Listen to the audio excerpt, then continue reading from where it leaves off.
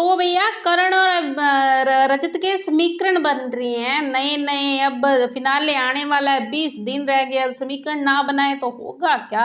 अब सभी के समीकरण निकालने पड़ेंगे और सभी की हेकड़ी भी उतारनी पड़ेगी। तो वही काम आज रजत और करण करते दिखे।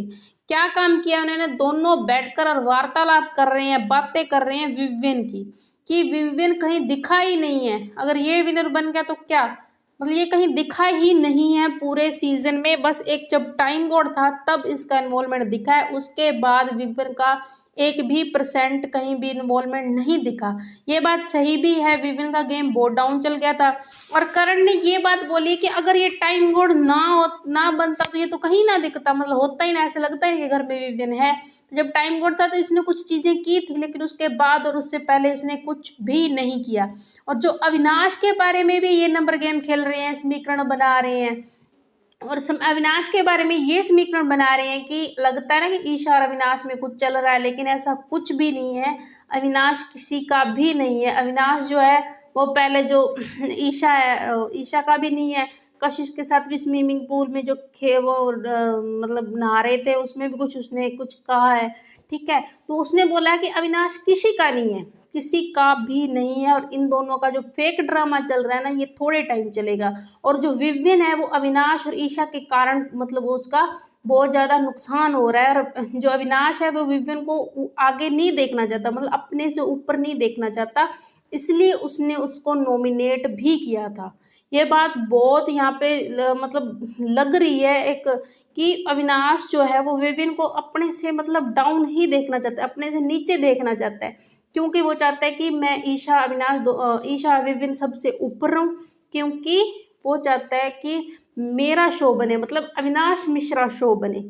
वो इसलिए सारा ड्रामा किया है। उसने जो नॉमिनेट किया था ना विवियन को, वो भी इसलिए ही किया था। कहीं ना कहीं इनकी बातों में दम भी लग रहा था और रियलिटी भी लग रही थी कि हाँ ऐसा है। क्योंकि विवियन जो है वो अविनाश को कुछ नहीं कहता। जब उसने नॉमिनेट किया था तब भी उसने कुछ नहीं कहा था, और अब भी वो उन्हीं के पास ही बैठता है, उनके साथ चुगली करता है। अविनाश सॉरी विवियन पर ये ज़्यादा इनका दोनों का बहुत ज़्यादा असर पड़ रहा है, ठीक है। अगर इनसे थोड़ा अलग हो, सभी घर वालों के साथ रहे, तो उसका कुछ मुद्दे भी होंगे, कुछ वो इंडिविजुअली खेलेगा, लेकिन ऐसा कुछ भी नहीं है। जो चुम ने आज उसको बात कही थी कि आपका कोई कंट्रीब्यूशन नहीं है, तो सारे घर वाले यही बोल रहे हैं कि विवियन डी सेना का इस शो में कोई कंट्रीब्यूशन नहीं है। एक जब वो टाइम वोट बना था तब उसका कुछ कंट्रीब्यूशन था, लेकिन अब उसका कोई भी कंट्रीब्यूशन नहीं है। तो ये सारी चीजें हो रही हैं। और रजत ने जो करण ने समीकरण बिठाए हैं ना, हमें तो वैसे सही लग रहे हैं मुझे तो, क्योंकि ऐसा है। विवियन ने जब से उसकी वाइफ आई है तब उसने कुछ किया था। सलमान ने वीकेंड के बार पे उसे मतलब सुनाया था कि कहाँ है विवियन, कॉफी हीरो ही है विवियन, और तो कुछ था नहीं। तो इसी उसके बाद भी विवियन दिख रहा था, लेकिन जब से उसने फिर से अविनाश और ईशा की जो कंपनी चूज की है, फिर से उसका गेम डाउन चल गया है।